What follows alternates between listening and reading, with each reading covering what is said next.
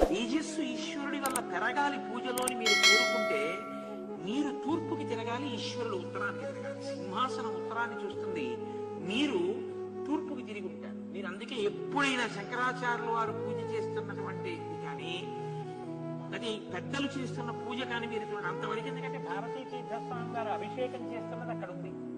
మీరు చూడండి, ఆయన ఎదురుగుండా కూర్చొని అభిషేకం చేస్తున్నారా? ఎప్పుడు చేయరు పెద్దలలాగా. ఒక పక్కకి కూర్చుని అభిషేకం చేస్తారు, ఒక పక్కకి కూర్చుని పూజ చేస్తారు. నేను ఇలా తూర్పుకున్నాను అనుకోండి, నా స్వామి ఉత్తరానికి ఉన్నాడు అనుకోండి, నేను ఇలా పువ్వులు వేస్తుంటే ఆయన పాదాల మీద పడుతుంది. నేను ఆయన పాదాలు ఒత్తితే నేను నా ఉత్తరీయంతో పాదాలు ఒత్తుతాను.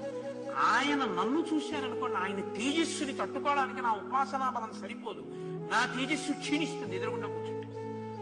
అందుకని అభిముఖ పూజ లేదు లోకంలో.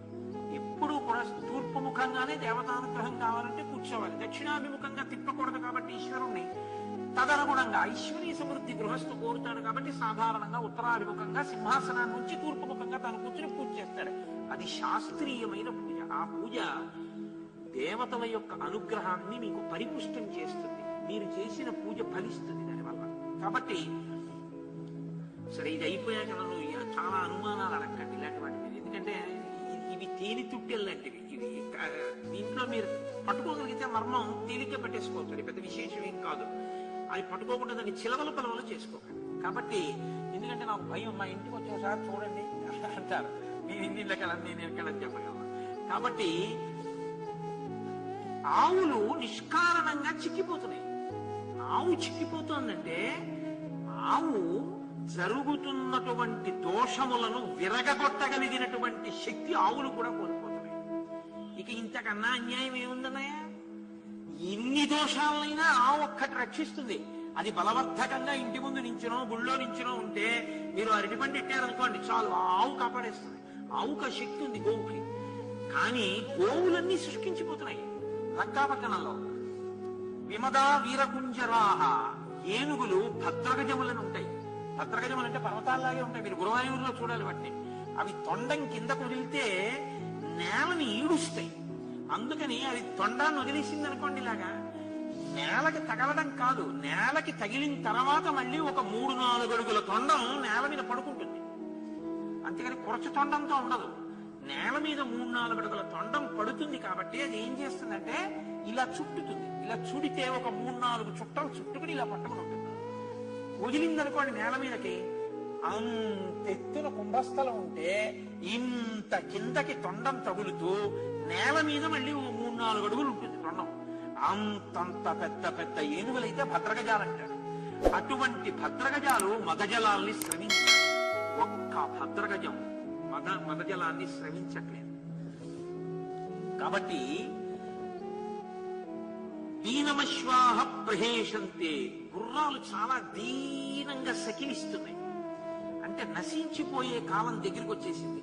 నచ గ్రాసాభినందిన, గడ్డి వేస్తే సంతోషంగా గడ్డి పరకల పైకి తీసి నోరు అల్లార్చి తినాలి. ఎందుకంటే గుర్రం నోట్లో కళ్ళెం ఉంటుంది. ఇప్పుడు అది నోరు తెరిచి తినేటప్పుడు మీరు ఎప్పుడైనా చూశారో లేదో, ఆ కళ్ళెం అవి తీసేసిన తర్వాత గుర్రానికి కళ్ళకి కట్టిన గంతలు కూడా విప్పేసి గడ్డి వేస్తే గుర్రం గడ్డి తినడంలో ఒక గొప్ప ఉత్సాహం ఉంటుంది. పెద్ద నోరు తెరిచి దవడలు వేలాడుతూ పచ్చిగడ్డి తింటుంది. అది అలా తింటలేదు, పచ్చిగడ్డిని చూసి విముఖంగా పక్కకి వెళ్ళిపోతుంది. అంటే దుర్నిమిత్తం కనపడుతోంది అన్నయ్య. ఖరోష్ట్రాశ్వతరారాజన్ భిన్నరోమాహ స్రవంతిన, గాడిదలు, ఒంటెలు, కంచరగాడిదలు వాటికి నిష్కారణంగా అన్నిటికీ వెంట్రుకలు ఊడిపోతున్నాయి. న స్వభావేవ తిష్టంతి విధానైరపి చింతితాః, ఏవి ఎలా ఉండాలో అలా ఉండడం లేదు.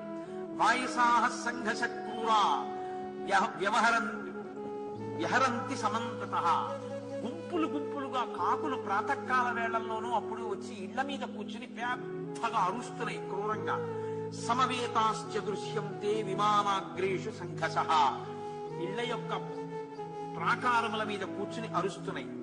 వృద్ధాశ్చ పరిలీయంతే పురీముపరిపిండితాః ఉపపన్నాశ్చ సంధ్యేద్వే వ్యహరంత్య శివం శివాః. గ్రద్దలు గుంపులు గుంపులుగా ఆకాశంలో లంకాపట్టణం మీద అలా తిరుగుతూనే ఉంటున్నాయి. ఉభయ సంధ్యలలో, ప్రాతకాల సంధ్య యందు సాయంకాల సంధ్యయందు నక్కలు పట్టణంలోకి వచ్చి పెద్దగా ఊళ వేస్తున్నాయి. తదేవం ప్రస్తుతే కార్యే ప్రాయశ్చిత్తమిదం క్షమం రోచతే ఇది వైదేహి రాఘవాయ ప్రదీయతాం. అన్నయ్య, నేనే ఇవన్నీ చెప్తున్నాను అనుకుంటున్నావేమో, లంకలో అందరూ చూస్తున్నారు, అందరూ బెంగ పెట్టుకుంటున్నారు. ప్రహస్తుడికి కూడా ఈ విషయాలు తెలుసు, కానీ అతను నీ ముందు మాట్లాడడు. నీ ముందు ఎలా మాట్లాడతాడంటే నువ్వేది చెప్తే అదే మంచిని మాట్లాడతాడు, కానీ యథార్థం ఏమిటో ప్రహస్తుడికి తెలుసు. ప్రధానమంత్రికి తెలిసి మాట్లాడాడు. అన్నయ్య, నీ క్షేమం కోరుకున్నవాడిని కాబట్టి నీకు చెప్పడానికి వచ్చాను, నా మాట నమ్ము. నీవు కూడా చూడవచ్చు దుర్నిమిత్తమని. కాబట్టి సీతమ్మని తీసుకెళ్లి రామచంద్రమూర్తికి అప్పచెప్పేసి మనం సంతోషంగా హాయిగా బ్రతకవచ్చు. రావణుడు అన్నాడు, భయం న పశ్యామి కుతశ్చిదప్యహం నరాఘవ ప్రాప్స్యతి జాతు మైథిలీ సురైః సహేంద్రైరపి సంగత కదా మామాగ్రత స్వాస్థ్యతి లక్ష్మణాగ్రజః. సీతమ్మని మళ్ళీ రాముడు పొందడం అనేటటువంటిది ఒక్కనాటికి జరగదు, నేను చెప్పాను. ఇంద్రుడితో కలిసి దేవతలతో కలిసి లక్ష్మణాగ్రజుడైన రాముడు వచ్చినా నా ముందు నిలబడలేడు. నీకు కనపడుతున్నవి నాకు కనపడలేదు, కాబట్టి నువ్వు బయలుదేరవచ్చు. ఇది కదండి మూర్ఖత్వం అంటే.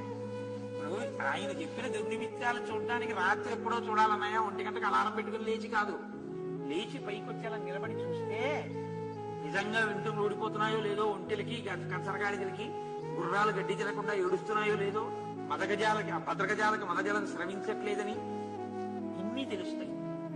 ఆయన వినడు, నాకేమీ కనపట్టలేదని చెప్పాడు. నాకేమీ నువ్వు అనుకున్నంత కష్టం ఏది నాకేం కనపట్టలేదు, ఎవడో నన్నేమీ చేయలేడు, నువ్వు బయలుదేరలేదు. ఇంకా ఆయన ఎందుకుంటాడు? మహాత్ముడైన వాడి పని ఏమిటంటే తన కర్తవ్యం తాను చేయడం. ఆయన కర్తవ్యం ఏమిటి? మంచి మాట చెప్పడం, అంతవరకే. పుచ్చుకుంటే అభ్యున్నతి, పుచ్చుకోకపోతే ఆయన ఏం చేస్తాడు? తన కర్తవ్యం అయిపోయింది. హనుమ ఏం చేశారు నిన్న, అంతే. కాబట్టి విభీషణుడు వెళ్ళిపోయాడు. ఇప్పుడు ఆయన ఏం చేశాడంటే అకస్మాత్తుగా వానర సైన్యం అంతా బయలుదేరిపోయి సముద్రం దగ్గరికి వచ్చేసింది అని తెలుసుకున్నాడు. వాళ్ళు బయలుదేరి దక్షిణ సముద్రానికి ఉత్తర తీరానికి వచ్చేసారు. ఇప్పుడు తాను రథం పూంచి సభామంటపానికి వెళ్లి లంకాపట్టణంలో ఉన్నటువంటి రాక్షసులందరినీ చాలా వేగంగా సభకి రమ్మంటున్నానని చెప్పండి అని అందరినీ పిలిచాడు. అందరూ వచ్చారు, వీరాభివీరులందరూ కూర్చున్నారు. ఎవరు మాట్లాడతారు ఆయనతో? ఆయన ఒక విచిత్రమైన విషయాన్ని ప్రతిపాదన చేశారు. నేను వర్ణించలేను, కానీ ఒక్క మాట చెప్తాను. ఆయన సీతమ్మ తల్లి యొక్క అంగాంగములను వర్ణించి ఆమెని చూసినప్పటి నుంచి నాకు విశేషమైన కామ ప్రచోదనం కలిగింది. ఆమెని పొందితే తప్ప నేను సంతోషంగా ఉండలేను. కాబట్టి నేను ఆమెను తీసుకొచ్చి లంకాపట్టణంలో అశోక వృక్షం కింద పెట్టిన మాట సత్యమే, నేనే అపహరించి తీసుకొచ్చాను అని అన్నాడు. సాతు సంవత్సరం కాలం మామ యాచక భామిని ప్రతీక్షమాణ భర్తారం రామం ఆయతలోచన. ఇంతకన్నా దారుణమైన అబద్ధం ఇంకోటి ఉండదు. నేను సీతమ్మ తల్లిని తెచ్చి, సీతమ్మ తల్లి అన్న మాట నేనంటున్నాను కానీ ఆయన అంటాడండి, అనడు. కానీ ఆయన అన్నట్టు నేను అనలేను, అందుకని అలా అనలేను అంతే. అంటే నువ్వు ఇలా చెప్పావు కదా, అలా అన్నాడా అని అడగండి. కాబట్టి ఆవిడ్ని తీసుకొచ్చి నేను శిశుపా వృక్షం కింద కూర్చోబెట్టాను. ఆవిడ నన్ను 1 సంవత్సరం రాముడి గురించి చూస్తాను అని అడిగింది అన్నాడు. అలా అడిగిందా సీతమ్మ తల్లి? 1 సంవత్సరం రాముడి గురించి చూస్తానని చెప్పిందా? 1 సంవత్సరం రాముడి గురించి చూస్తానంటే ఏమిటి దాని అర్థం? సంవత్సరంలో రాముడు రాకపోతే ఎంత పెద్ద అబద్ధం ఆడాడో చూడండి. అంటే ఈ అబద్ధం చెప్పడం వల్ల ప్రయోజనం ఏమిటి, ఇలా చెప్పకపోతే వచ్చేటటువంటి లాభం ఏమిటన్నది ఆయనకు అనవసరం. అవతల వాళ్ళ యొక్క శీలానికి ఎంత పెద్ద మత్స వస్తుంది మనం అలా మాట్లాడితే అనుకున్నా. తాను అలా మాట్లాడి అంటే ఇంచుమించు ఆమె తనకి వశురాలైనట్టుగా మాట్లాడాడు.